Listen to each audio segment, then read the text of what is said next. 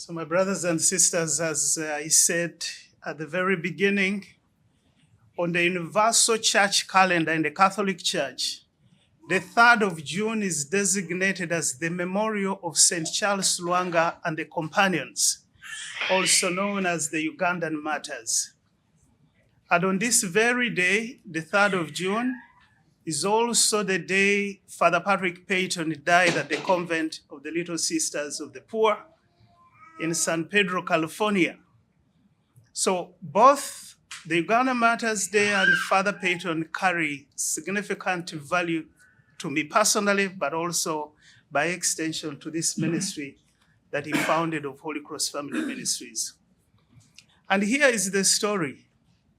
Between 1885 and 1887, King Mwanga, the absolute monarch of the Kingdom of Buganda, where the country Uganda gets its name, felt he had had enough of the disobedience of the new converts to Catholicism and also Christianity.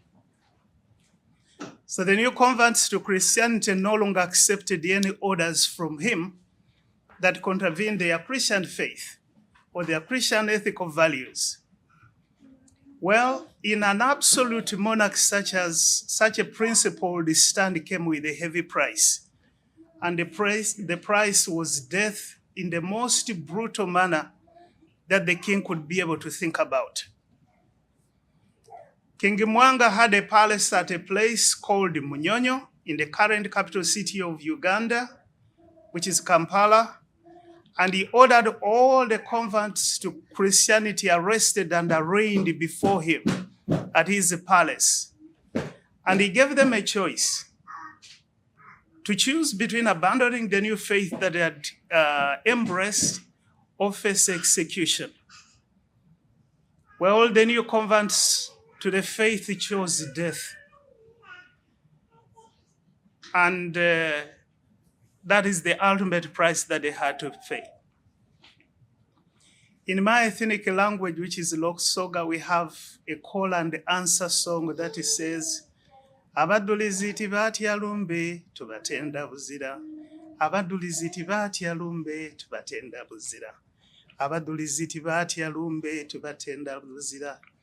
That the martyrs did not fear death, we marvel at their courage. The martyrs did not fear death. We marvel at their courage. And the song goes on also to say that the martyrs were scourged or whipped, they were spat on, they were speared, they were cut with the lances, they were also burned, and the response of the chorus keeps reaffirming the faith, the unwavering faith of the martyrs, that they did not fear the death. We marvel at their courage. We are inspired by their faith, and the song goes on and goes on and goes on. The Kingdom of Uganda was one of the most highly organized in the Great Lakes region of Africa. It had a king who was known by the name Kabaka. It had a parliament, which was the Luchiko. It had the chiefs who were called the Bami. It also had an army who were called the Bamboa. It also had a chief executioner who was known as Jenga, and also had an execution site, which was called Namugongo. So when the king made this big decision to execute the martyrs, they were handed over to the chief executioner Jenga, who marched them to the execution site at Namugongo, where they were all burned alive. Just put on a big, huge fire, and they were killed at execution site. As I speak right now, the old king's palace is now a Catholic minor basilica, and people can be able to go there for pilgrimages. And as I speak right now, the old execution site at Namugongo is another Catholic basilica, which is called Namugongo. And the 3rd of June in Uganda is now a public holiday. You don't go to work on Uganda Martyrs Day. And pre-COVID, before that, close to 3 million people used to gather at this execution site to celebrate the heroic lives of the martyrs. And some of the martyrs could walk some of the pilgrims can be able to walk like for 2 months trying to get to this site on foot, just to get to this place. I remember I started making pilgrimage to this site when I was in the 4th grade, but I didn't walk, we used to go by a van. I developed a special devotion to St. Kizito, who was killed at the age of 14 and was the youngest of all the martyrs. And I've celebrated many masses at the altar on the spot where St. Charles Lwanga was the lead of the martyrs, was executed.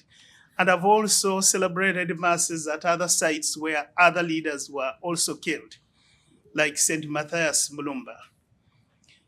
Currently, the church in Uganda and much of Africa is experiencing this massive growth, where the churches every Sunday are full of people. The seminaries are full of seminarians, and the convents are also full of seminarians, and the convents are also full of nuns as well. We attribute the growth of the church to the blood, the witness, and also the intercession of the martyrs. Venerable Patrick Peyton conducted several rosary rallies in Uganda in 1955 that were attended by tens of thousands of people. And just last month, the month of Mary, in Uganda, our Holy Cross Family Ministries team in the city of Kampala held a massive rosary rally that had police-guided procession through the city of Kampala that drew close to 10,000 people. Close to 10,000 people walking through the streets of Kampala, all because of the ministry that Father Peyton has founded. Truly, as the great church father Tertullian so beautifully put it, the blood of the martyrs is the seed of the church. The blood of the martyrs is the seed of the church. If anyone chooses to mow down the Christian church, they will multiply because their blood is going to be like manure. It's going to be like fertilizer, and something new, beautiful, and strong is going to come out of it. As we continue with this Mass today, may the courage of the Uganda Martyrs be our courage too as well. And as we continue with this Mass, may the missionary spirit of Venerable Patrick Peyton be our spirit as well. And as we continue with this Mass, may those who undergo any form of persecution because of their faith always find victory through the intercession of the Uganda Martyrs. Amen.